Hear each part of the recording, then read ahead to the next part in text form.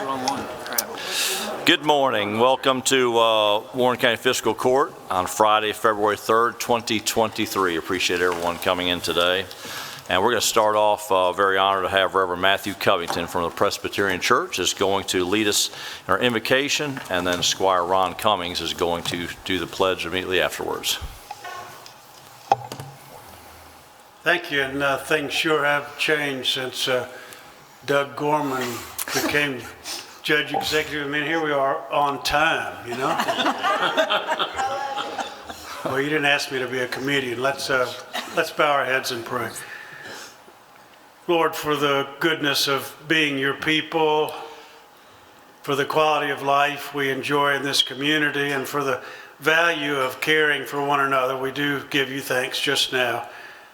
We pray blessings over the proceedings this morning so that decisions made and discussions had might be productive for all the citizens of our county. For the goodness of life and for these moments together and for the importance that our lives have, we give you thanks in Christ's name. Amen. Amen. Thank you. You all face the flag. I pledge allegiance to the flag of the United States of America and to the republic for which it stands, one nation, under God, indivisible, with liberty and justice for all. Thank you, Reverend Covington. Appreciate you coming today. It's always great to have you. So, what a blessed community we are to be able to start our meeting that way. So thank you. Will the clerk please call the roll? Esquire Aldridge. Here. Esquire Lastly. Here. Esquire Cummings. Here. Esquire Williams. Here. Esquire McWhorter. Here. Esquire Lawrence. Here. First item is approved minutes of the fiscal court meeting of January 20, 2023. Motion by Squire Williams, second by Squire Lawrence. Any questions or corrections? If not, please call the roll. Esquire Aldridge. Esquire Lastly. Yes. Esquire Cummings. Yes, ma'am. Esquire Williams. Yes, ma'am. Esquire McWhorter. Esquire Lawrence. Yes, ma'am. Item 5, approve the work schedule for the Warren County Road Department. Motion by Squire McWhorter, second by Squire Aldridge. Any questions? Please call the roll. Esquire Aldridge. Yes, ma'am. Esquire Lastly. Yes. Esquire Cummings. Yes, ma'am. Esquire Williams. Yes. Esquire McWhorter. Esquire Lawrence. Yes, ma'am. Item 6, approve personnel changes for Warren County. Motion. Motion by Squire Lawrence, second by Squire Cummings. Any discussion or questions? Please call the roll. Esquire Aldridge. Yes, ma'am. Esquire Lastly. Yes, ma'am. Esquire Cummings. Yes, ma'am. Esquire Williams. Yes. Esquire McWhorter. Yes, ma'am. Esquire Lawrence. Yes, ma'am.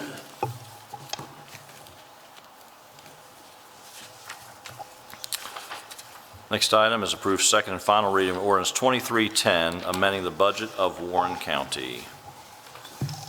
Motion by Squire McWhorter, second by Squire Cummings.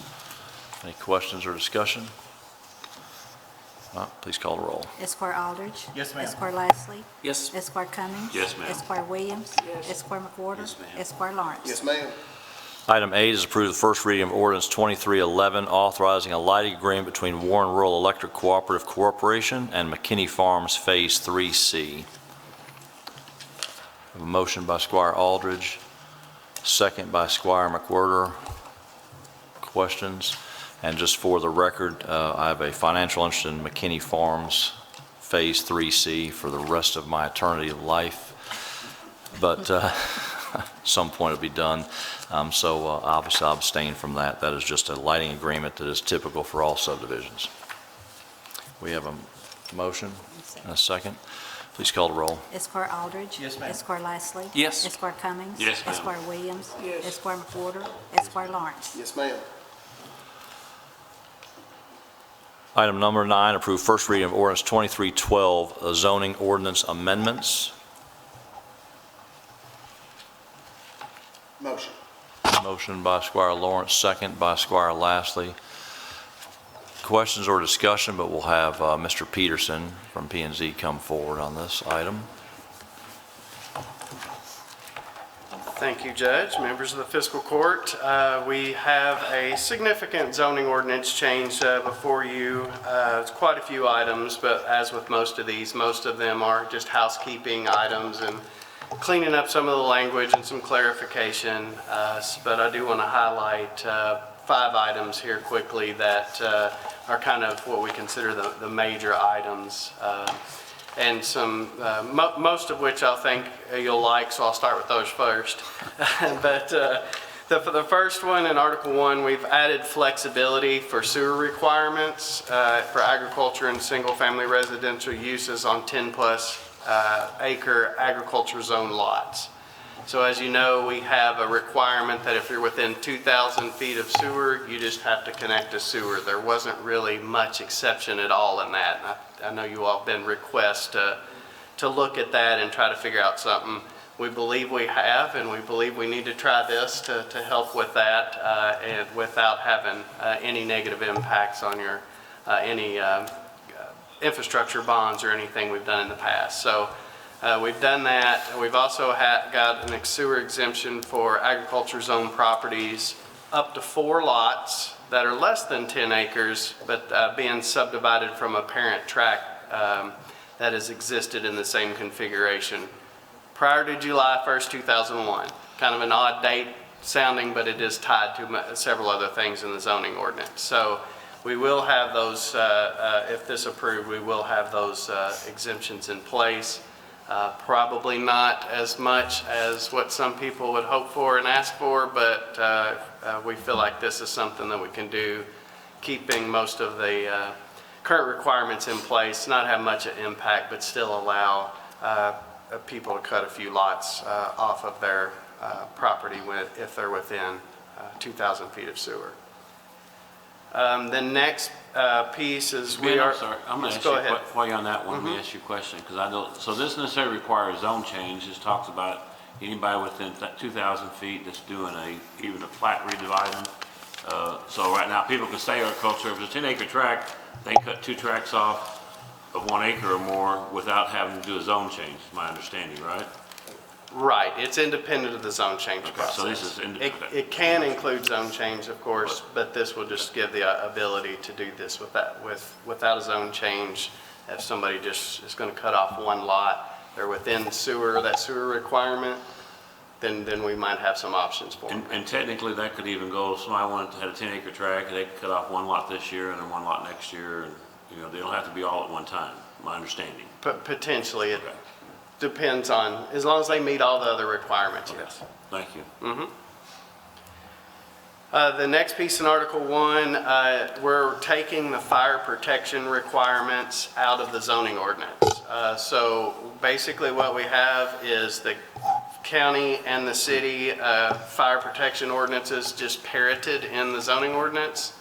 So it's essentially duplicated. We'll still reference the county fire ordinance in the zoning ordinance, but we won't have any additional text. So instead of, if we're going to make changes to the fire protection ordinance, we'll only have to do it in 1 place now instead of 2. So we're not removing fire protection from anywhere in the county. It's just will be left up to the fiscal court, which it was anyway. And so I think you guys are probably considering some changes in that in the near future anyway. So this will just clear the way where we won't have to come back and change the zoning ordinance as well. Some other information. So we're making changes to our historic district language, having ability to apply for a lighted sign in the historic districts and mostly affects Bowling Green. We're also updating all of our historic overlay standards to add clarification, try to help encourage some redevelopment of our historic structures in downtown, but yet still have those historic protections. And the next one I'll mention is allowing something called Harvest Host RVs, okay? So this was a request by a subset of our tourism groups that are wanting to host RVs at their businesses. So in the county, that might mean a winery would be allowed by right to have maybe 1 RV be able to stay overnight, and it would be very limited and change. There's the platform that everybody hosts this through, is Harvest Host, and they have specific requirements that they have to meet there as well. So it would allow up to 4 in certain instances, 1 in other instances. But that was a request from our historic rail park, the Corvette Museum, and others to initiate this, and we were able to come up with some language together to get this in place. And of course, wanted to get that in place before it warms up, before the tourist season starts. So that is a change. The next piece is in our floodplain ordinances, we're adding a little more flexibility in to accommodate what we hope to see on our riverfront, some future improvements that we've been working with some developers on.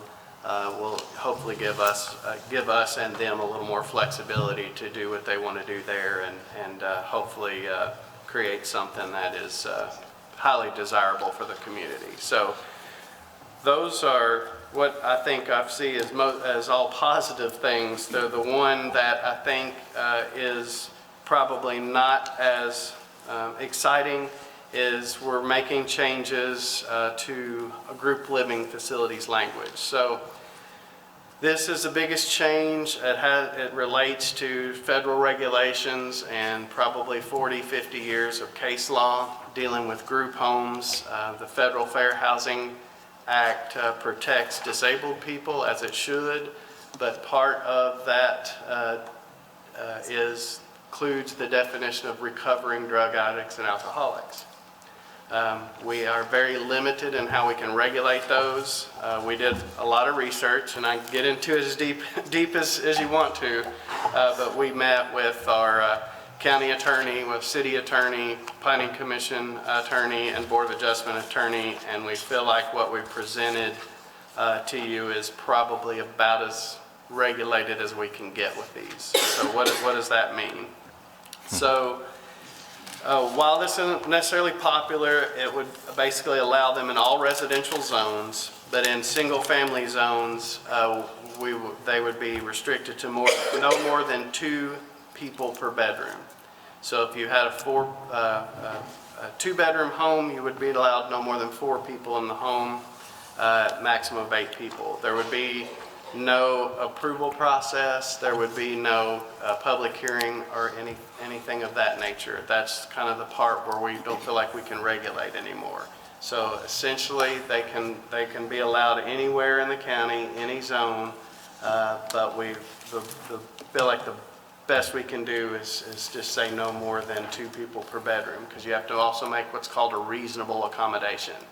And that's where the definition gets crazy, and I could get into lots and lots of case law, but that's probably where I'll just leave it and ask if you have any questions, or if Amy, you got anything to add. Well, and this is not palatable, and it's not palatable to many citizens and definitely to neighborhoods. However, in the event we are sued, they get triple damages. I know they get punitive damages. We have to pay their attorney fees. I mean, it is a big deal. And I will say that Ben and his staff have spent an enormous amount of time researching and prepping. Hillary Hightower, Ham Moore, Roy Hodges, and I, we all sat down, we went over everything, and we believe this is the best language based on the circumstances for which we've been presented. So does that kind of sum it up? I think that's it. I think our fear is we don't want to be sued because we believe, based on the language as it is right now,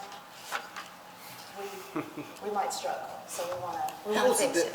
How's the definition came up with? Like, can you make any house an 8-bedroom house? Can you make any bedroom? You know, Okay. I mean, Yeah. And Yeah. this is how they've done a Yeah, really good so job. this is kind of the area where we've crafted our regulations to help limit that. So what we've done is we've said, at the time prior to you either owning this particular house or starting operations, because you might lease it, for example, it would be what the PVA record at the time was. That's how we're going to set that it was a 1-bedroom, 4-bedroom, whatever bedroom house.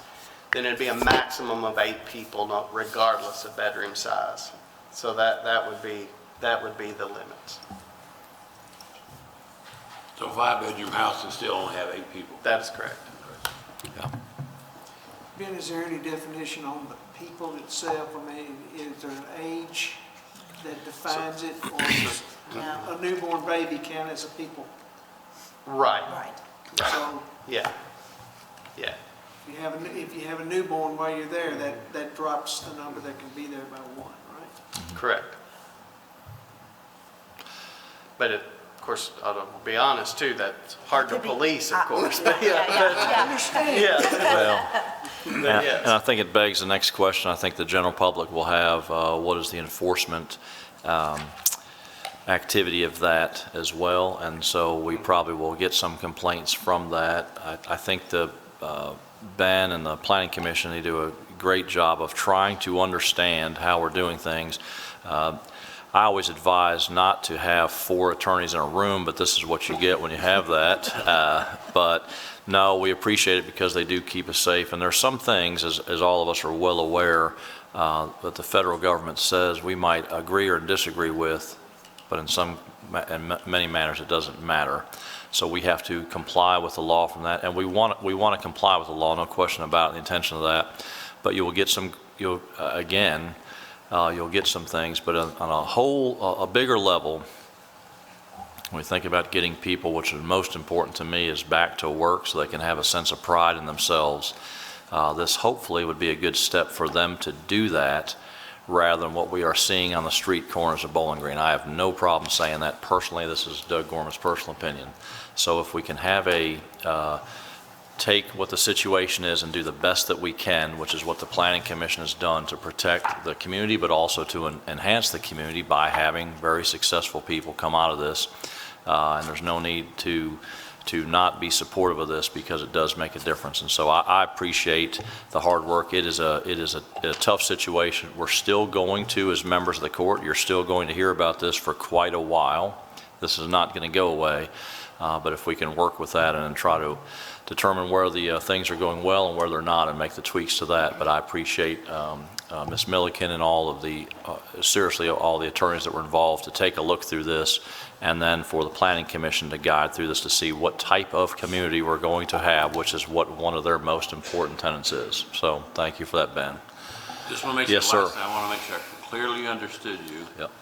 That there's no permit process. They can just, somebody can buy a house and call, and all of a sudden say, I'm going to turn it into a group home, and these new rules would apply based on just, with no notice to anybody, just can do that. That is correct. And the reason is because you have to treat them the same as you would any other family. The federal government has basically said they're a protected family. So how does that affect, so on top of that question, because currently, like in the city, there are places that you can't have more than 2 non-familial family members together. So technically, anybody can get, any renter, any landlord could get around that particular ordinance. And I think that's a city ordinance. I don't think that's a county, it's a city ordinance. That says, It's county, it's in county our too? regs, yeah. That they can say, all right, well, this is my regular rental property, but now I got 4 college students that are not related. I can call it a group home and be compliant. That is still, that has not changed. They still cannot do that. It's so so why do these types of living arrangements get a reasonable accommodation? Right. Because the federal government says so. So to that point that Squire Cummings asked, is there a application process? So that's the problem is if you, the mere fact that you have require them to do something beyond what you would normally do a family, that's where the discrimination argument starts. So I will say that I think there's some discussion of how do we encourage the state to maybe have some sort of regulation of these, and I think there's going to be some more discussion on that. That would be one of my concerns. I completely understand that part of the law. What I don't understand is, to Squire Cummings' point, so as long as there is talks being had that we can tighten that language, and many times law comes down and then we have unintended consequences, so we continue to tweak that, but I think we should monitor this closely. We're going to not have to worry about monitoring it closely, we're going to hear a lot about it. Yeah. I'll guarantee you, all of us will get phone calls about what is going on, and so my best advice would be to take that consideration, share the details of whatever it is, other than not in my backyard, sorry about that, but other details, if you could share that with Ben, so that we can monitor that as well, so we can build enough information to do something if we need to. Do have one I skipped that I just now looked Is it a at. good one or It's bad? important. I think you'll think this is a good one. It's So, right, yeah. It's a tweak that will allow temporary commercial signs to be off-premise on commercially zoned properties. So what this will do is allow realtors and auctioneers the ability to go to a commercial property anywhere in the city or county and put up one of their signs advertising property for sale, or anybody else, because if you have to read the sign, then that's where that particular law kicks in, federal mandate, if you will. So this will allow any other business to then be able, still no signs in the right of way. The only thing changing is we'll be allowed to have temporary off-premise signs on commercially zoned property. So that was a tweak worked out between, as my understanding, the Realtors Association and some of the city commissioners. And I think one great thing about that is, one of the most important rights that all Americans have is personal property rights. And so same with commercial property, you have no obligation to put anything up there that's not yours. And so if someone can talk a commercial property owner into allowing that, that's fine. That'd be as much for Thunderfest or those type of exactly. nonprofits. I think that's a good example of how that could help these nonprofits. Those are already allowed. This would just be for Adding to private businesses to be able to advertise on other private Auction businesses. is fine, Yeah. so, okay, that's great. Well, that being said, I'll make a motion. We accept All right. the ordinance. We have a motion by Squire Cummings. Oh, we already have a motion, that's good. And that motion to approve all of these, not as good or bad. Let me just put that on the record, we're not disagreeing, but thank you for the hard work. We do have a motion. Any other discussion or questions? Thank you, Mr. Peterson. All right, please call the roll. Esquire Aldridge. Yes, ma'am. Esquire Leslie. Yes. Esquire Cummings. Yes, ma'am. Esquire Williams. Yes. Esquire McWhorter. Yes, ma'am. Esquire Lawrence. Yes, ma'am. All right, next item, approve determination, the amount of $8,960.03 to Buck Electric for LED upgrades at Fillmore Park Gym. 3 quotes were obtained. This was the lowest and best quote. Motion by Squire Cummings, second by Squire Aldridge. Any discussion or questions? Not, please call the roll. Esquire Aldridge. Yes, ma'am. Esquire Leslie. Yes, ma'am. Esquire Cummings. Yes, ma'am. Esquire Williams. Yes. Esquire McWhorter. Yes, ma'am. Esquire Lawrence. Yes, ma'am. Item 11, approve the December 2022 Treasurer's Report. Motion by Squire McWhorter, a second by Squire Aldridge. Questions or discussion?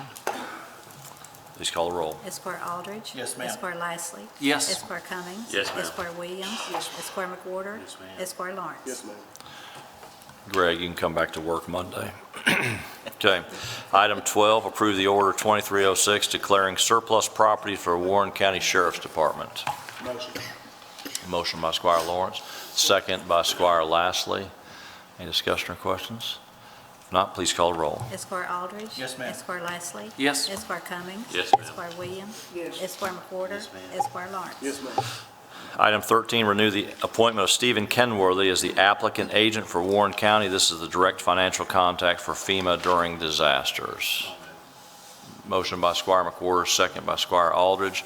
I'll tell you, Stephen's done a great job navigating through all of the FEMA paperwork. It is a tough job, as Ronnie Pearson can attest to, and we appreciate Stephen's work on all that. Any questions? Please call the roll. Esquire Aldridge. Yes, ma'am. Esquire Leslie. Yes. Esquire Cummings. Yes, ma'am. Esquire Williams. Esquire McWhorter. Esquire Lawrence. Yes, ma'am. Item 14 is approved determination in the amount of $11,820 to Vine and Branch, a division of Toad Vine Enterprises, for the yearly preventive maintenance for Buchanan Gym and Tennis Facility, Ephraim White Gym, and Fillmore Park Gym. This is for the safety and functionality of all the goals, volleyball standards, batting cages, and curtains, and this is a single source vendor. Motion by Squire Cummings, second by Squire Lawrence. Any discussion or questions? I will say I was out at Fillmore Park with Mr. Cummer the other day, and we have a lot of moving parts out there, and these have to be maintained. It's a great idea for us to do that, so we don't have bigger problems down the road. So thank you for all the due diligence on that. Please call the roll. Esquire Aldridge. Yes, ma'am. Esquire Lashley. Yes. Esquire Cummings. Yes, ma'am. Esquire Williams. Yes. Esquire McWhorter. Esquire Lawrence. Yes, ma'am.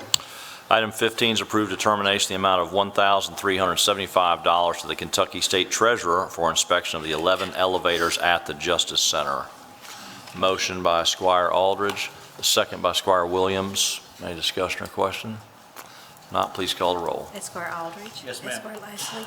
Yes, ma'am. Esquire Cummings. Yes, ma'am. Esquire Williams. Yes. Esquire McWhorter. Yes, ma'am. Esquire Lawrence. Yes, ma'am. Item 16 is approve order 2307 appointing Kelly Coleman to the Warren County Downtown Economic Development Authority, and he's replacing Judge Doug Gorman. Motion. Man, thank you for that motion, Squire McWhorter, and second by Squire Lawrence. I have no problem saying that. I was appreciative of Judge Buchanan appointing me in '08 for a 2-year term to that board. Typically, the only reason I ran for judge executive so I could do this order right here. So that's great. I'm finally off that board, so that's good.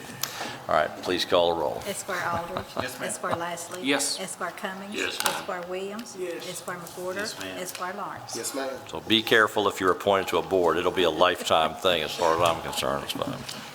Item 17, approved determination in the amount of $1,994 to Provar Technologies to renew the mobile DIT Forensic Pro 12 license agreement. This is a one-source vendor for this type of device and is totally funded from the forfeiture account at no cost to Warren County. Motion. Motion by Squire Cummings, second by Squire Aldridge. Thank you, Mr. Loving, for that. Any discussion or questions? Please call the roll. Esquire Aldridge. Yes, ma'am. Esquire Lashley. Yes. Esquire Cummings. Yes, ma'am. Esquire Williams. Yes. Esquire McWhorter. Yes, ma'am. Esquire Lawrence. Yes, ma'am. Item 18 is approve exoneration for Constellium Bowling Green LLC in the amount of $59,142.22 for the Warren County Sheriff's Office. Sheriff, any comment on that? I wish I'd give you more, but basically they changed. Thank you, sorry.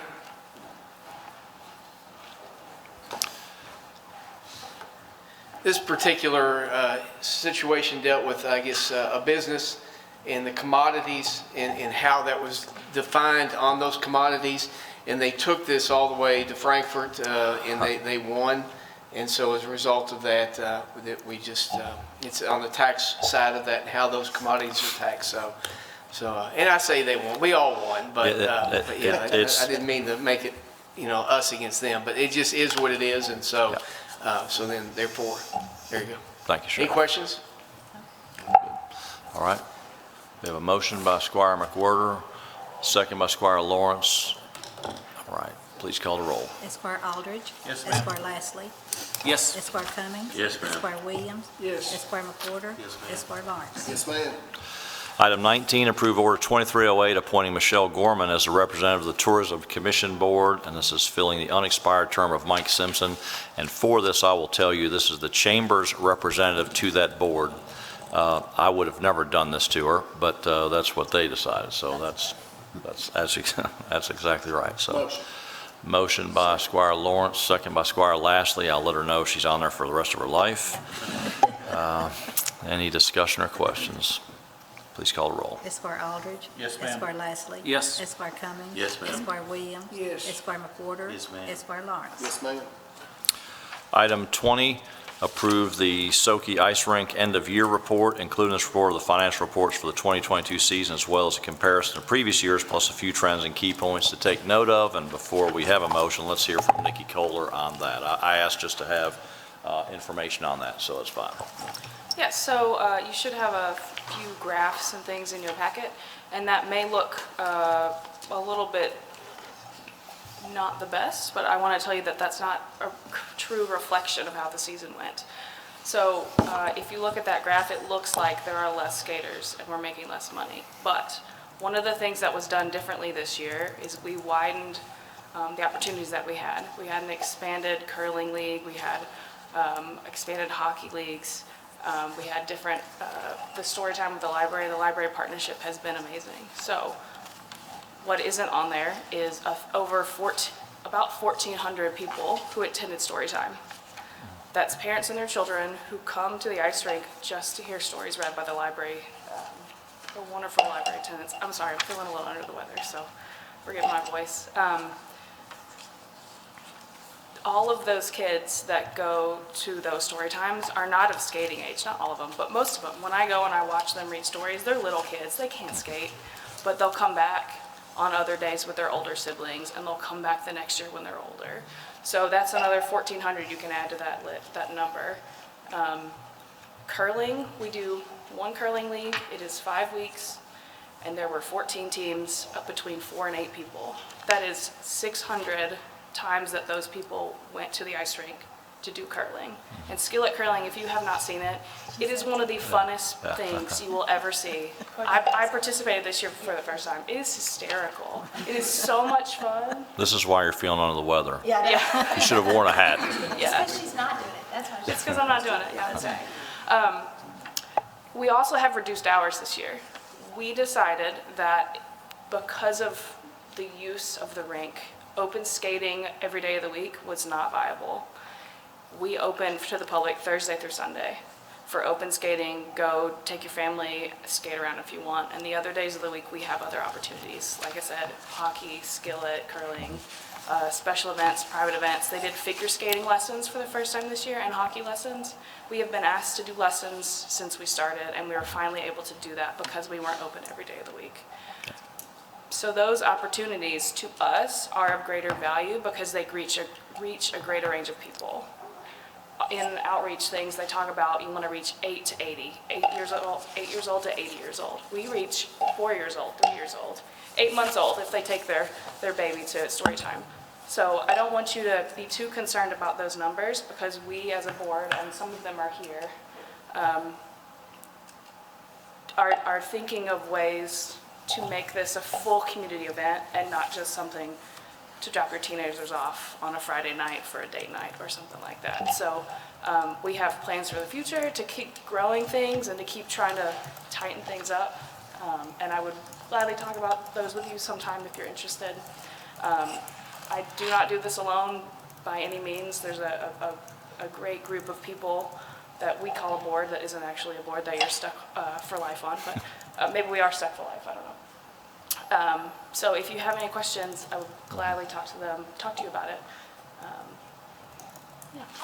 Great. I guess the tough question to ask is, because the usage continues to go down, is this, and I'm for it, but is this still a viable thing that we should be doing for the county? Absolutely. And Absolutely. so, because the trend is, Again, the But trend without looks those down, other things, but it doesn't show the other numbers. Right. So if you added those numbers into it, those are just ticket sales. If you added the numbers up with it, it would be increased. Okay. So yes, I do think it's viable.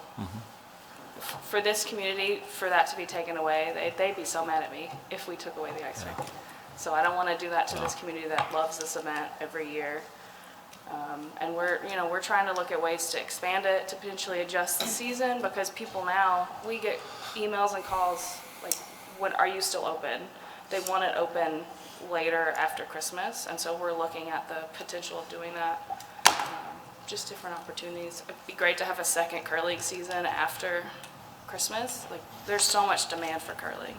And I love when I go down there, I love going down there and just walking through and seeing Logan, Barron, Yeah. Butler, Todd, license plates, because I know they're coming here and they're eating here and they're shopping here and they're hopefully walking downtown and visiting our vendors. So I think it's a win-win. I've always thought that about the ice rink. I know that's a Well, that's right.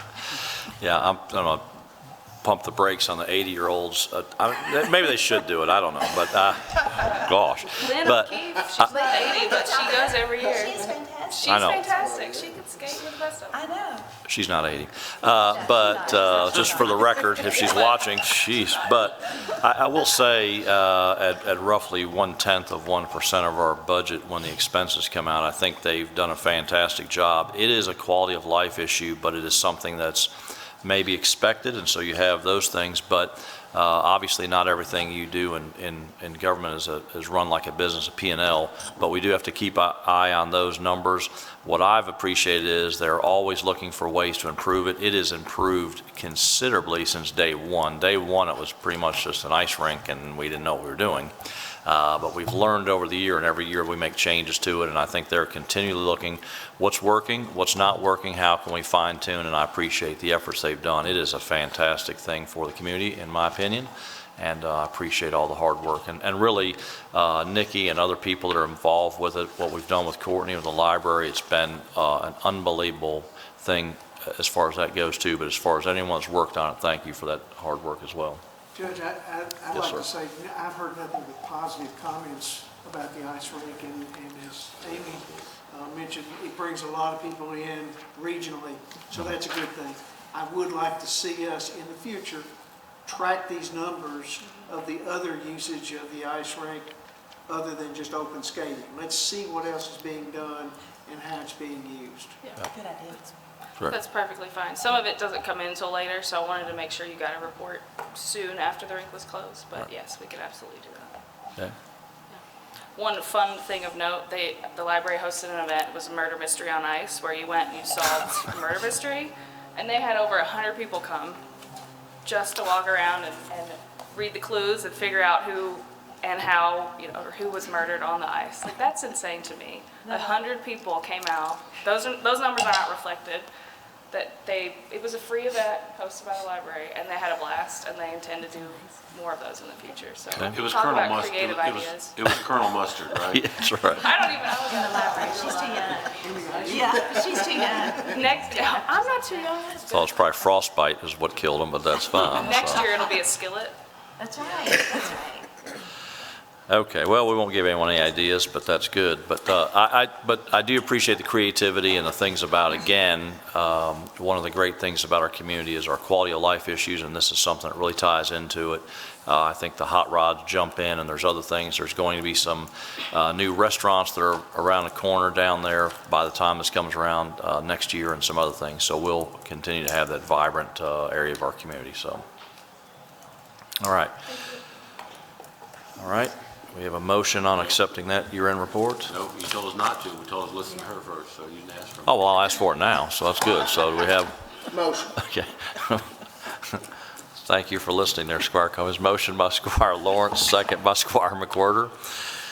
Questions, other questions? Please call roll. Esquire Aldridge. Yes, ma'am. Esquire Lashley. Yes. Esquire Cummings. Yes, ma'am. Esquire Williams. Yes. Esquire McWhorter. Yes, ma'am. Esquire Lawrence. Yes, ma'am. Item 21, approve first reading of ordinance 2313, continuity of government ordinance providing for the orderly succession of the office of Judge Executive in the event of the absence or disability of the Judge Executive as defined in KRS 67.725. Any question? It might be a murder at the ice rink. I don't know, but is any questions or discussion on that? As a proper form of what's needed to have each year. So, motion by Squire Aldridge, second by Squire McWhorter. Any question or discussion? If not, please call the roll. Esquire Aldridge. Yes, Esquire ma'am. Lashley. Yes. Esquire Cummings. Yes, ma'am. Esquire Williams. Yes. Esquire McWhorter. Yes. Esquire Lawrence. Yes, ma'am. Item 22 is approved determination the amount of $9,200 to Sprouse Container for 2 new Connexes shipping containers. These containers will securely store equipment we are now having to store unsecured outside at the Parks Department. Motion. Motion by Squire Lawrence, second by Squire Williams. Discussion or question? Please call the roll. Esquire Aldridge. Yes, ma'am. Esquire Lashley. Yes. Esquire Cummings. Yes, ma'am. Esquire Williams. Yes. Esquire McWhorter.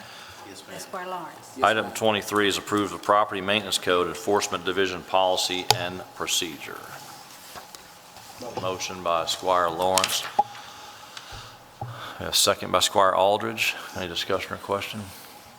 Please call the roll. Esquire Aldridge. Yes, ma'am. Esquire Lashley. Yes. Esquire Cummings. Yes, ma'am. Esquire Williams. Yes. Esquire McWhorter. Yes, ma'am. Esquire Lawrence. Item 24 is approve order 2309 surplusing a vehicle for the Alvaton Volunteer Fire Department and grant judge executive authority to sign all related documents. Motion. Motion by Squire Cummings, a second by Squire Lashley. Question or discussion? This is a vehicle, by the way, that has been in their possession for a while, but one thing I appreciate them doing is they have two vehicles that perform pulling a boat and also doing brush fire. They're going to surplus both of those, sell those, and put that toward one vehicle that will do both, and so appreciate their efforts on that. Please call a roll. Esquire Aldridge. Yes, ma'am. Esquire Lashley. Yes. Esquire Cummings. Yes, ma'am. Esquire Williams. Yes. Esquire McWhorter. Yes, ma'am. Esquire Lawrence. Yes, ma'am. Item 25, approve determination the amount of $22,834.10 for a security camera system at Sugar Maple Square from AAA Security. The area is prone to thefts and vandalism, obviously, and this is KPC contract pricing. Motion by Squire Lawrence, second by Squire Cummings. Any discussion or question? Please call the roll. Esquire Aldridge. Yes, ma'am. Esquire Lashley. Yes. Esquire Cummings. Yes, ma'am. Esquire Williams. Yes. Esquire McWhorter. Yes, ma'am. Esquire Lawrence. Yes, ma'am. Item 26, grant authority to advertise for renovations to the second floor of the Warren County Courthouse. Motion. Motion by Squire Cummings, second by Squire Aldridge. Any discussion or questions? We'll tell you we are looking to enhance a few things on this floor here. The first time since 1971, but who's counting? Thank you for that. Please call the roll. Esquire Aldridge. Yes, ma'am. Esquire Lashley. Yes. Esquire Cummings. Yes, ma'am. Esquire Williams. Yes. Esquire McWhorter. Yes, ma'am. Esquire Lawrence. Yes, ma'am. Item 27, approve determination the amount of $2,811.44 to Leachman Buick GMC Cadillac for repairs to a 2016 Ford Fusion damaged by the road department. 3 quotes received. This is the lowest and best. Motion by Squire Aldridge, second by Squire Cummings. Any discussion? Please call the roll. Esquire Aldridge. Yes, ma'am. Esquire Lashley. Yes. Esquire Cummings. Yes, ma'am. Esquire Williams. Yes. Esquire McWhorter. Yes, ma'am. Esquire Lawrence. Yes, ma'am. Item 28 is grant authority to advertise for corridor and basin mowing for Warren County. Motion. Motion by Squire Lawrence, second by Squire Williams. Any discussion or question? Please call the roll. Esquire Aldridge. Yes, ma'am. Esquire Lashley. Yes. Esquire Cummings. Yes, ma'am. Esquire Williams. Yes. Esquire McWhorter. Yes, ma'am. Esquire Lawrence. Yes, ma'am. Item 29 is approved determination the amount of $26,386.54 to Dell for replacement computers and monitors at Public Works. This is a state price contract. These were partially ordered in a previous fiscal year and not fulfilled because of back orders and its budget. So the budget is coming out of previous and current fiscal year. While they did budget for this, they had most of this was not being able to be delivered last fiscal year. We have a motion by Squire Lawrence, second by Squire Lashley. Any discussion or questions? Please call the roll. Esquire Aldridge. Yes, ma'am. Esquire Lashley. Yes. Esquire Cummings. Yes, ma'am. Esquire Williams. Yes. Esquire McWhorter. Yes, ma'am. Esquire Lawrence. Yes, ma'am.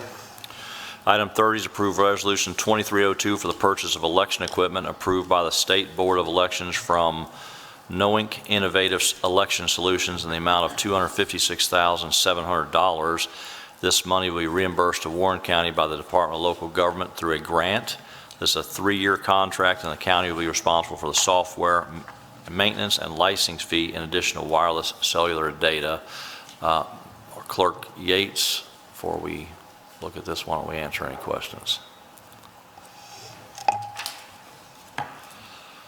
Okay. I'm sure most of you are not aware, the state had a current 5-year contract with who we have our e-poll books. That's what we started using in 2018 that you sign in. That contract is expiring May the 11th. It was very poor planning on my part, whoever drafted the contract, that they do it 2 weeks before a primary election. But that being what it is, we thought that the governor was going to extend us an extra month that we would not have to deal with getting these, has to buy the poll books and get everybody trained right before a primary, but that did not happen. We found out last Friday. So this has had to move very quickly. The state certified 4 different contractors for this equipment. With the RFP, 2 of them were disqualified. Something happened with the RFP, so that left us down to 2 contractors. One contractor, which is No Inc., they are actually partnering with HARP, who is, we buy all of our election equipment from. They service probably, I would say, 75% of the county clerks across Kentucky. So I felt very good. Their pricing, they actually lowered their pricing to match. In the beginning, their quote was we were going to have to pay, the counties would be responsible for some monies other than what the state had agreed to pay with the RFP. Now they went back, HARP actually did it on the behalf of the county clerks, which I thought was huge, negotiated the price down to exactly what the state's going to pay on the RFP. So we were able to get them at, as you all can see, $1,700 for each unit. It's also giving us something additional that I'm very excited about. This is what I want us to move to, which when legislation changed and in 2020 and we went to the vote centers. Clerks have been moving that way for many years. It's just an easier process for the voter, allowing them to go to every location, things like that. But this new e-poll book will actually have, when you scan in your driver's license, or they bring you up, but however you are, it's going to print you a poll slip, which is currently what we write out for the voters. To know, it's going to distinguish your ballot, it's going to distinguish your precinct, everything. It's electronic, it will give you that. You will go over to something that I'm wanting to get started. Several counties have started this and it works great. They're called print-on-demand printers. You will scan that barcode and it's going to print your exact ballot. So it cuts out the error of someone, if you've got a clerk that may write the wrong ballot number, or you've got a clerk that may pull the wrong ballot, things like that. It's going to cut out on errors like that. It's going to cut out on waste, because currently with having to have ballots at every location, it is huge, and it's a lot of waste on ballots, because we have been ordering 75% ballots and then you only have 20% turnout, then it's quite a bit of waste. And I can give you some numbers on those. I won't do that today, but we'll go back to the e-poll book. That is actually, that money will be reimbursed. The State Board of Elections they've received $12.5 million this year, and they will get $12.5 million next year. And so this entire amount will be refunded back to us by the grant. And as you can see in your packet that everything's been completed. All I need is the judge's signature, that we will turn that back into DLG so we can get reimbursed. But we are on a very short time crunch. We can't go back to the paper rosters. That would be the only option, which actually that's by legislation, you can't do that. But if something were to happen that, supply chain, that's why I want to get these in and ordered as quickly as possible, because every county clerk across the state's in the same boat. All of our equipment that we currently use has to be turned back to the state at the end of the contract. So we will have nothing. Any questions for? I have Lynette? two. One, elderly folks that don't have a phone or don't work on updated smartphones, how are you going to print off their ballot? You said it's an electronic thing you're going to do for them. No, it has nothing to do. It's going to print you a slip. You're going to walk over to a machine that we have. I just want to make sure we cover all. That's what the print on demand that we're asking for. You're going to go to that and it's going to scan and it's going to print their ballot out right there. That's what these printers are for. Second question, so this grant is for the equipment itself. We're paying for. We will be responsible. It's probably going to be about $25,000 to $27,000 a year for maintenance and licensing. It is a 3-year contract, and that's the data package, which everything would all be included. But we will have to pay for that every year. All right, thank you. I have a question. So it looks like we have about 151 of these units. Will that be enough units? even potentially after reapportionment or redistrict, when the lines get redrawn, are we? Yes, we hope for it to. Now, I will say, we are talking about adding a couple of locations. We cannot, if we continue to add more locations, which is getting harder, especially with us trying to provide the paper ballot and having them everywhere, it's making it really, really hard and impossible in our office to do it. That's why with these print-on-demands would be such an easier deal. But right now, 151 gives us a little padding for that. We are still, even adding 2 locations, which I'm anticipating doing for this next election, we're still good. We're still good there. And then another point of clarification, so previously the state did this contract. Right. And now they're letting the. That contract will expire on May the 11th. It was with a vendor that, it was a single source.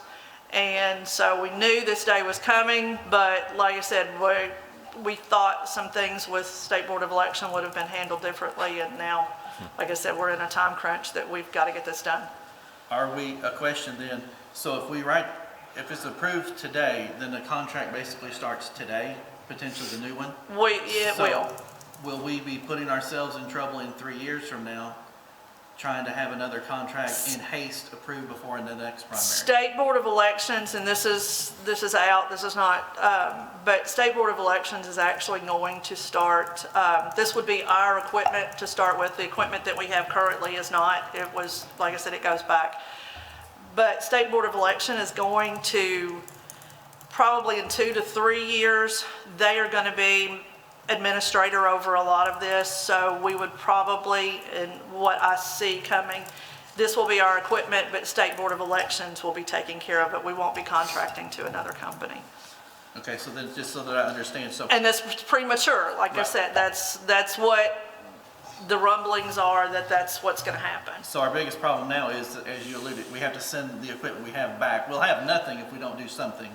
Well, And right, because now, this time we get to purchase them, so they're ours. they're ours. And unless technology becomes obsolete and changes, we won't be in a pinch. And I will say the iPads that we're getting now has a greater memory. It's a 64 versus what we have now is a 32. And it's just, to me, I mean, it's going to be a better fit for us, I think, on a lot. Like I said, having the print on demand, or the little barcode that's going to print out, to me, that's going to save a lot of headaches and a lot of questions on people. That, like I said, if somebody is given the wrong ballot, that's always an issue sometimes during the primary, things like that. So this is a definite step forward. Lynette, were we paying any annual fees on the current equipment for software maintenance?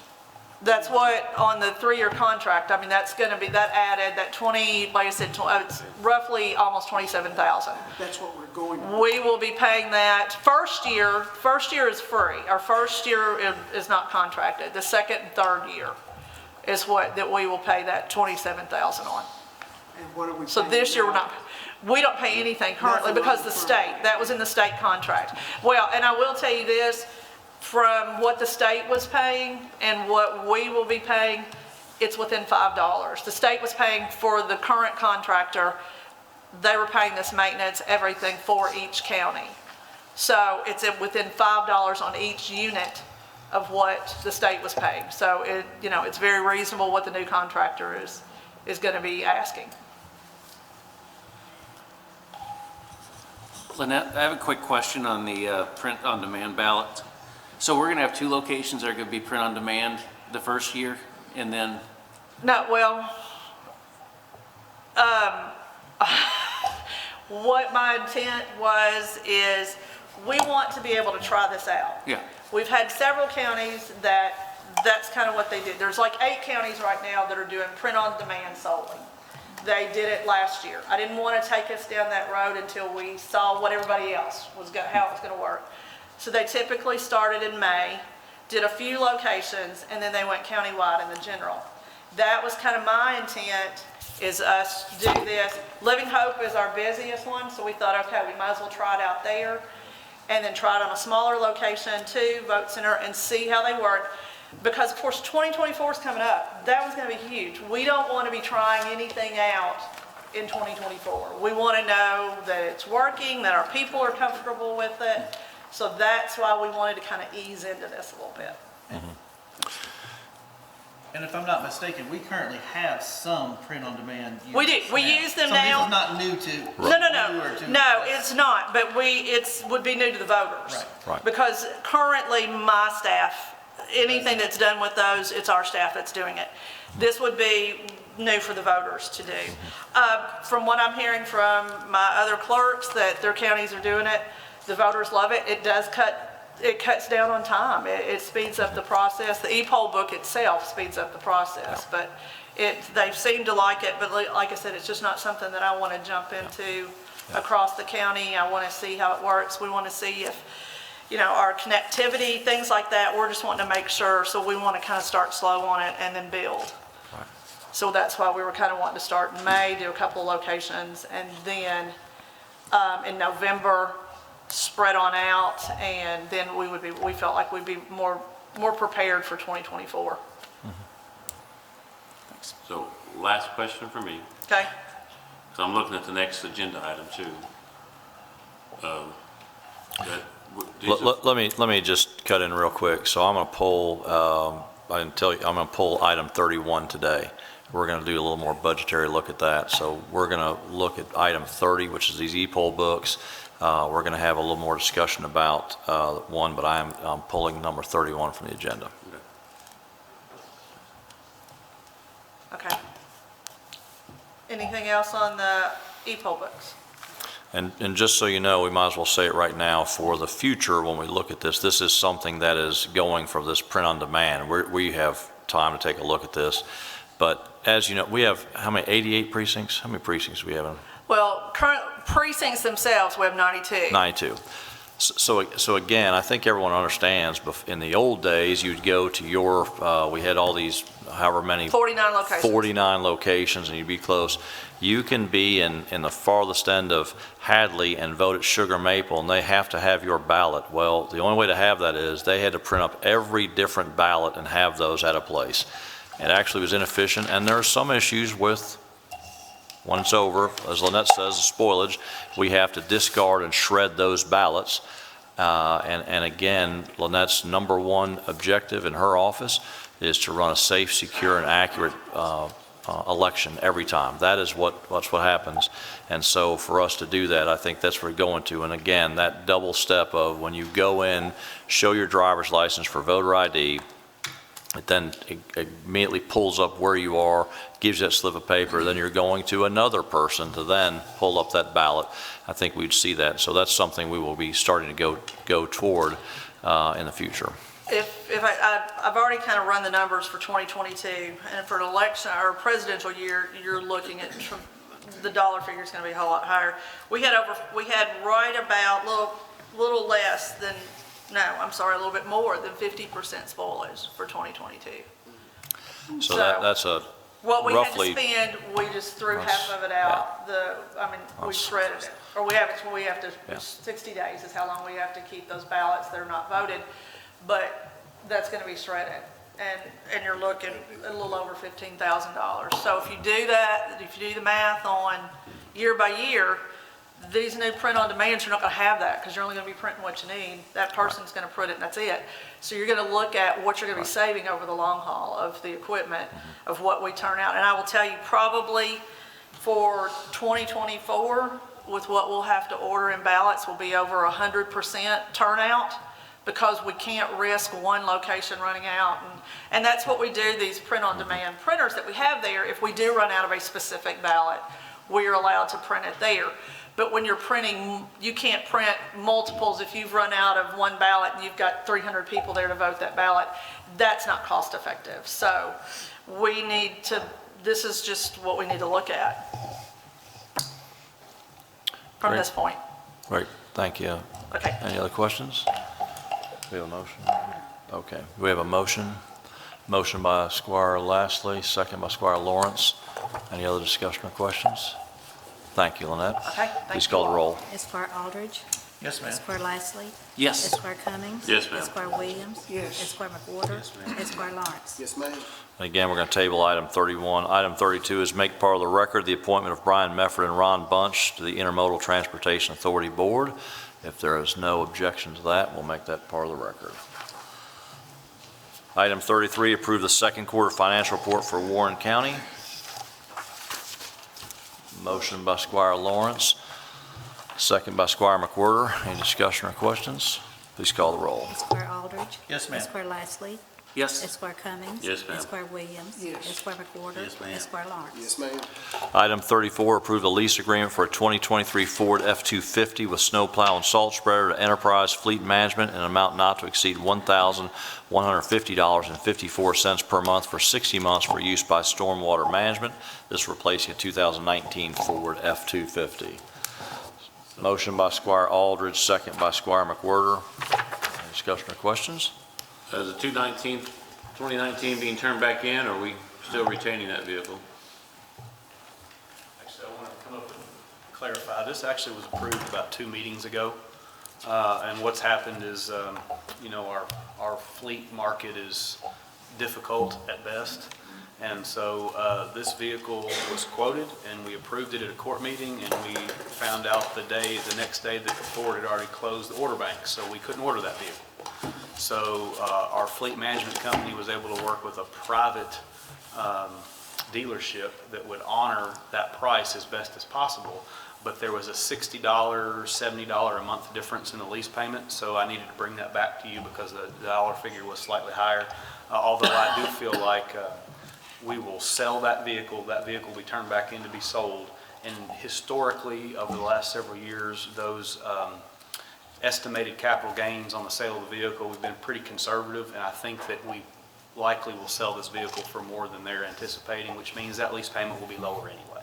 But I just wanted to be as conservative as possible, make sure we've covered all our bases on this. But it was a vehicle that that particular one is our stormwater crew leaders. He not only does a lot of driving for that work, but he also does a lot of our mosquito spraying. So that vehicle, even though it was a 19, it's approaching 110,000 miles. It was getting to where we were at that tipping point of where we needed to go on and sell it when it had high value. So, and we weren't getting into maintenance cost. So that's why we've made this recommendation.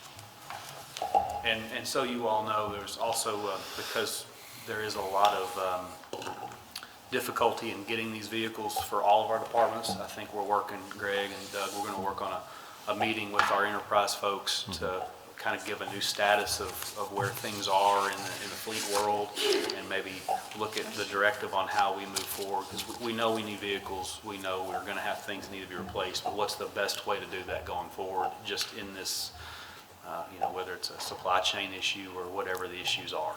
So we're going to get better at it. Thank you, Josh. Good question. All right. Any other questions, discussion? Please call the roll. Esquire Aldridge. Yes, ma'am. Esquire Lashley. Yes. Esquire Cummings. Yes, ma'am. Esquire Williams. Yes. Esquire McWhorter. Yes, ma'am. Esquire Lawrence. Yes, ma'am. Okay. Last item, will the treasurer please present the claims? General Fund, $1,823,120. Road Fund, $384,675. Jail Fund, $270,154. Stormwater Fund, $44,306. And ARPA Grant Fund, $17,949. If you have to answer any questions.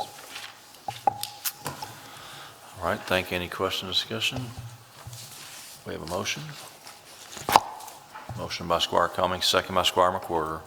Please call the roll. Esquire Aldridge. Yes, ma'am. Esquire Lashley.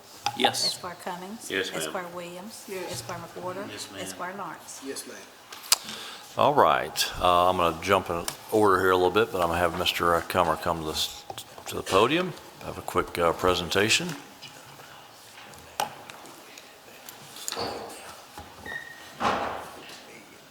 All right.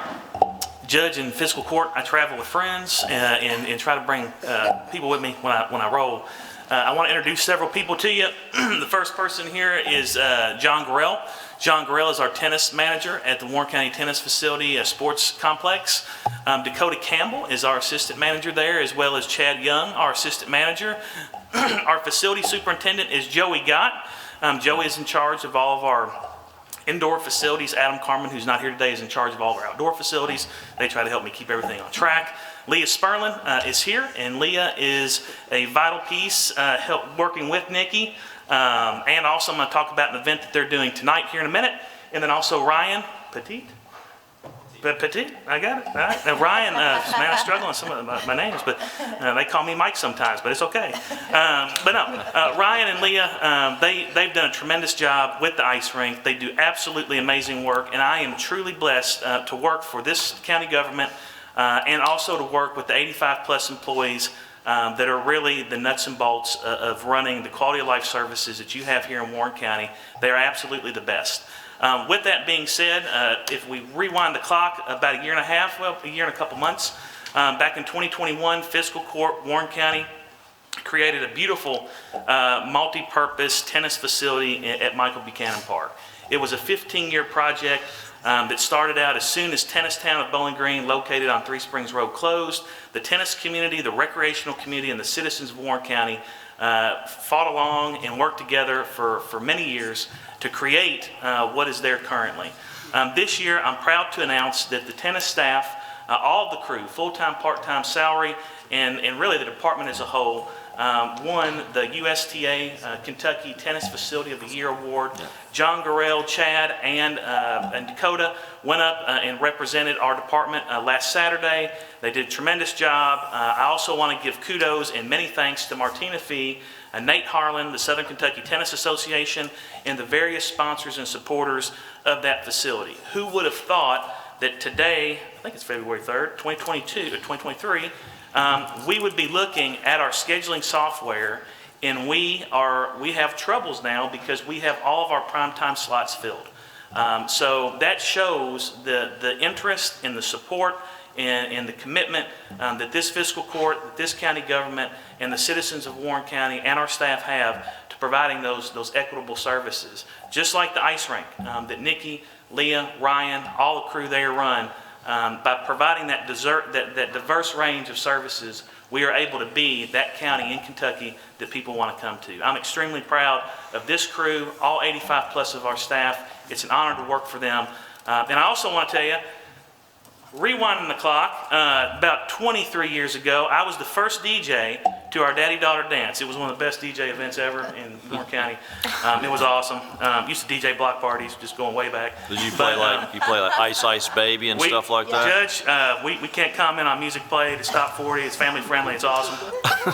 But tonight we are having our daddy-daughter My Girl dance. The theme tonight is our princess theme. We started 20 plus years ago with kind of a crazy DJ guy, and we had 20 fathers, grandfathers, and gals that came out. It was amazing. We have had this event at the convention center. We've had this event at various other locations. We have grown to the point that now we need a very large facility that can hold over 2,500 people up to 3,000 people. And tonight, beginning about 6 o'clock, we will have our My Girl dance there. Leah, Ryan, Catrice Turner, the entire crew across the department has been involved. It is an amazing event. If you've never been to one, it's free to the public. We've got over, I think, over 2,000 plus people signed up. There are pictures available. We have food. We have various sponsors for the event, and it's just a fun time. We also have a new DJ, DJ Crumpy, and he's going to be awesome. And so he will be down there kicking some tracks, so we invite you to come down. We will also have princesses there. If you ever want to see a princess, we're going to have princesses. We want to thank our community partners, and we may have a special guest that is known throughout the state. I'm not going to spoil it. You got to be there to see it, which is going to be amazing. Courtney Stevens, who is with the Warren County Public Library, going back to all the events that we're doing, the ice rink, the tennis facility. Who would have thought we would have had a Southern Branch library inside that multi-purpose building? Because of Courtney, Miss Rice with the library, we are using that facility for a variety of different things. And so I think that goes to the energy, the creativity of our team, and I'm truly blessed again to work with them. And on behalf of the Parks Department and County Government, I'd like to thank the crew for a job well done. Yeah, thank you. So congratulations, a great statewide award. We would like to take a picture up here in front with everyone of your staff that come on up front. We'll take a picture. But what a fantastic thing to be recognized statewide. Just one more thing that Warren County is famous for. And so thank you for all the hard work you've done. And who's the DJ tonight? Judge, it's a new DJ Crumpy. He's going to be absolutely amazing. And also a great light show. If you're into lights and cool stuff, come down. I'm going down there here in a little bit. I'm big on lights. That's part of the experience. So. Well, I think DJ Crumpy is big on lights too, so it'll be great. So let me take a quick picture here with the board. That surprise you? Yeah, I'll be there. Crumpy, I think Rex is DJ Crumpy. It's a little known fact, but that's how you sit down.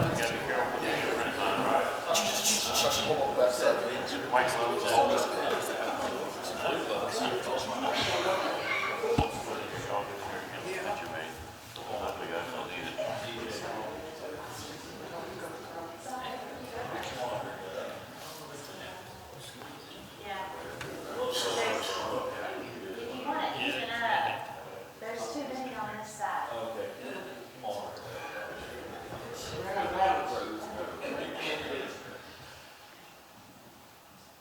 right, here we go. 1, 2, 3. We'll take a couple.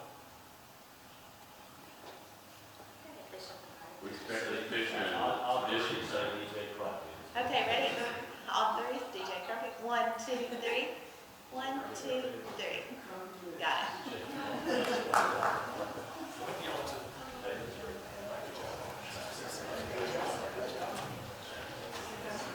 Congrats, guys.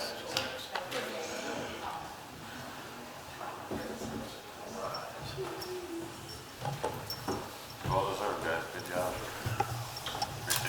All right, thank you all, and thank you for that opportunity. Sheriff Hightower.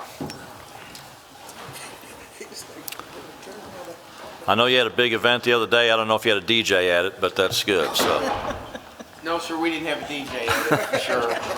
I just wanted to see if anybody had any questions. I'd sent out some information on the past 4 years' use of force from the Warren County Sheriff's Office, and it was just kind of a highlight of some of the information we had gathered on our agency. I think it's interesting, particularly in light of what's going on nationally, and I just want to see if anybody had any particular questions about that. I think it was a great report, Sheriff. It really details, in detail, everything that goes on. And I think when you sometimes, you can look at something daily, but when you look at a scope of things and realize how many, A, people were arrested, and then B, that, so it's a low use of that, which comes from training and comes from how we're doing that. But I appreciate the information that was in that report. It was very, very timely and a good use of that. So. You think there was over 8,000 arrests and 65 times there was a use of force, and in every one of those, there's also a specific report that's done on those, and then now with the body cam, the supervisor reviews that particular situation, and then if there's anything identified from there, then there's other things that we do. So, but just wanted to make sure you all had that information. Any questions, let me know. That's all I have, Judge. Thanks, Sheriff. Thank you. Well, and that's next on here, but I'm not having a, no, anything else? There you go. It's good. Sorry. Judge, I have a question for Lynette. I've, talked about rumors and whatever about redistricting. What's going on with redistricting? Do we know what's coming this year? It's actually reapportionment, and redistricting was done back last year, but reapportionment and fiscal court actually do it. They will be doing it, actually starts May 1st. Yeah. So there will be a board appointed, and then it goes from there. Yeah. We'll all be working together. I will be on part of the board, but Yeah, and I'll make a recommendation to the court on that. It starts May 1st. We'll start doing some work in earnest beforehand in March and April, but be ready to roll May 1st. So reapportionment, again, one of the things by law, we have 6 magisterial districts, and each of them need to be within 10% of each other from a population standpoint. So it makes it a juggling act with the growth that we're having.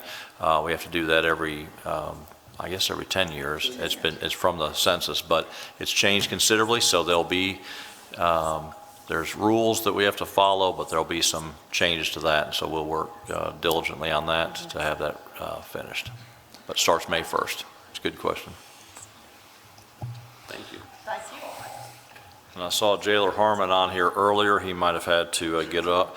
I'm going to mention something on that. You probably in the news have seen we've had 2 different outbreaks at the juvenile detention facility that is run by the state. It's next to our Warren County Regional Jail. It is not a county property or a county operation.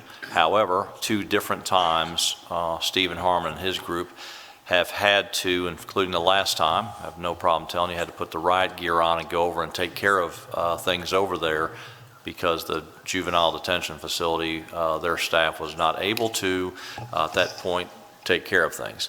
So it's a tough thing. So our jailer has to do things for the state that's potentially not even reimbursed, but I'm glad that we're there. But just to clear that record up, any issues that are going on in the juvenile detention facility is a state issue, and it's not here for him, so.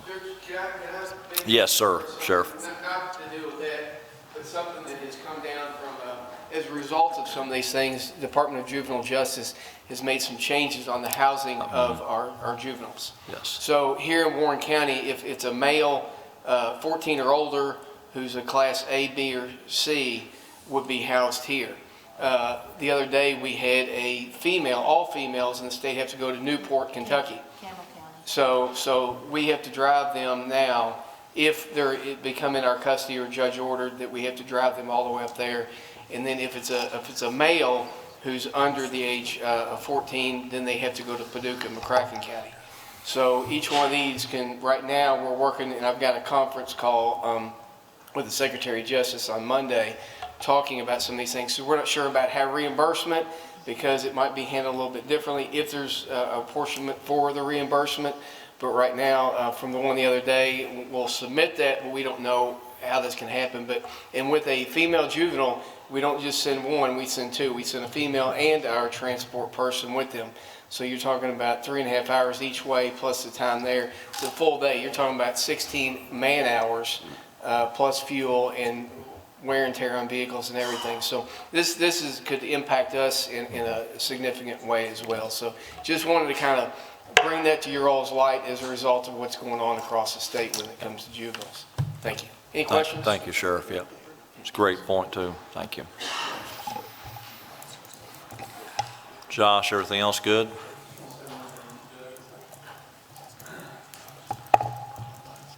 Get up real quick and thank, you all know we've had some minor weather events over the last couple of weeks, and although they are small and what we see on the outside, for our road department staff, emergency management staff, law enforcement staff, park staff, it's still the same as any other weather-related thing. So I just want to thank all of our guys and gals who have come in very early, worked some very long days because of the timing of these things. It made for some 15, 17-hour work days, which is tough. Tough for families, tough for employees.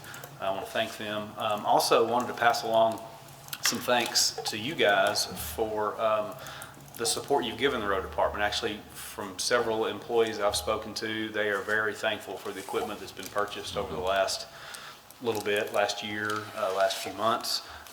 It's being used, they love it, it's making them way more efficient, and so they asked that I thank you guys for that. So again, just want to thank all of the county departments that work together, as well as you at Fiscal Court that supports us so much. So that's great.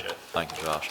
And for that point, we'll probably have in the spring when the weather's a little better and rest of the furniture comes in, we'll have an open house out there. It's a great facility. It's coming in Monday.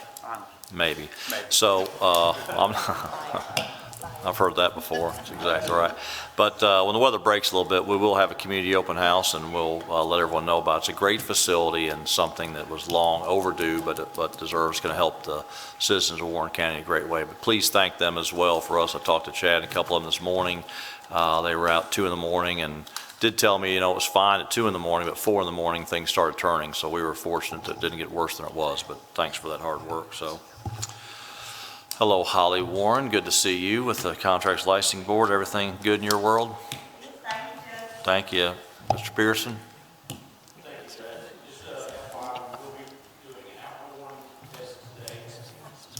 Outdoor warning test today at noon with the cows. That's good. So, and for everyone that's not in, can hear our voice, you'll get those calls, but that's what it is. So if everyone knows that, so thank you for that too. All right, Tommy had to leave. Mr. Hardy?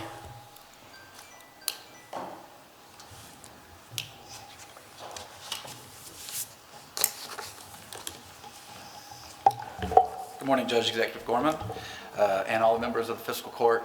It's good to see you all this morning. First off, I'd like to ask for your prayers and condolences for Miss Gina Goff. Gina's mother died last night.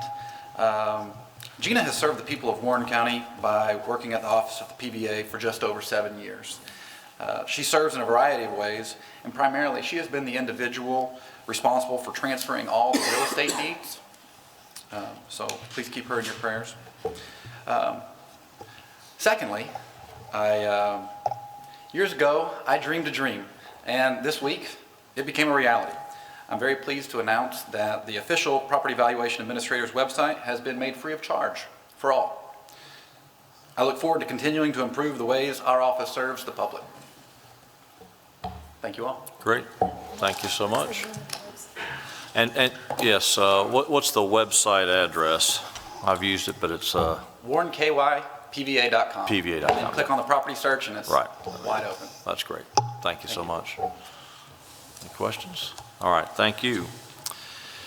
All right, Mr. Peterson, you've spoken enough. Thank you so much for coming today, and that's good. All right, might as well start. Squire Cummings. I have nothing. Thank you, Judge. Squire. He actually sent me his list. That's what I thought. Squire Aldridge. It's right. No. Just a couple quick items, thank you. So I want to make mention that the Mount Pleasant Church of Christ, located at 10219 Kentucky 185, is having a First Responders Appreciation Breakfast on February the 18th. That's from 8 to 10 a.m. Also wanted to just kind of update the court on a few grants that have been received by some of our volunteer fire departments. The first that I'll make mention of is the Browning Fire Department. They've been awarded a grant for a new cascade system that was gotten through the AFG grant and was awarded back in the fall. Everything finally came in and was able to be hooked up. They used this to fill the air bottles. Chief Lockhart said this is going to be a big benefit for us because we've been having to go fill the bottles either at the Barren River Department or the Plano, and it'll now be able to be done in-house. It's also going to be available for any other departments to use as they need to use it. This grant was written by Jennifer, and I hope I pronounced this correct, Schmidt, thank you. So I know we approved that contract renewal a quarter or two back, and just wanted to make sure that we realize these grants are being written and received. That cascade system was a total of roughly $47,000, and the department's only going to be responsible for roughly $4,500. And then lastly, Browning and Richardsville, and I think there were a couple other departments in the county that also received or awarded a grant for new AED, artificial external defibrillators, from the Fire Commission, and these have a value of roughly $2,500. So our departments are working, getting grants processed, receiving those, and updating their departments with new equipment. And then lastly, Barren River Fire Department, this is just kind of they mentioned it out this week. It'll be back in September that it'll take place. But tickets are officially on sale for their upcoming event. The Barren River Fire Department will be hosting 37-year fire service veteran and renowned author and speaker, retired Chief Rick Lasky, on September the 16th and 17th. Tickets are now on sale, and as that continues to get closer, I'll remind us of that. Great. Thank you. Thank you, Squire Aldridge. Squire McWhorter. Nothing. Awesome. Thank you. Squire Lastly. Now, I'd just like to highlight what a good job the clerk's office is doing. I renewed my tags this week. It was smooth, and Lynette's running an efficient operation down there, so. Thank you, I'll give you mine here in just a little bit. That's right, yeah. No, they do a great job, so thank you for that great comment. Squire Lawrence? Thank you, Judge. All right. Squire Williams? I might just wish Rex a happy birthday next week. Yes. February 10th, right? Okay. That's right. That's good, so. And congratulate, since Bowling Green Junior High School is in District 3. That's right. It is purple. They're in Warren County, that's right. I have to say congratulations to the girls' basketball team. They won their district championship. Oh, awesome. Congratulations. That's great. Mr. Treasurer? Thank you, Judge. Talking. Ms. Milliken? Thank you, Judge. Thank you. Ms. Hale? Thank you, sir. All right. Crystal, another great job. Crystal's so excited to be here. You should see on fiscal court mornings, she can't control her excitement, so that's awesome. And there's Deputy Judge Smith, who won't have anything I'm sure of, but I have something for Deputy Judge Smith. So her grandson, Jordan Steenbergen, was named on the Dean's List in the College of Health and Human Services at Western. You have to have a GPA of 3.5 to 3.79, so congratulations to him. I didn't even know there was such a thing as a Dean's List when I was at school, so this is news to me. No wonder I didn't know about it, but what a fantastic job. So I'm sure you're very proud of him. So that's great. That's great. So that, thank you for coming, Mayor Stiffy from Smiths Grove and Chief Pretty from Smiths Grove. We appreciate that as well. And then also I see Jason Duckett back there from Gott and Mason Hamilton from Allerton. So thank you all for coming as well. Any other news, information? If not, our next court meeting is February 17th, promptly at 9 a.m. And if nothing else, we have a motion for adjournment. Squire Lawrence, second by Squire Williams. We are adjourned.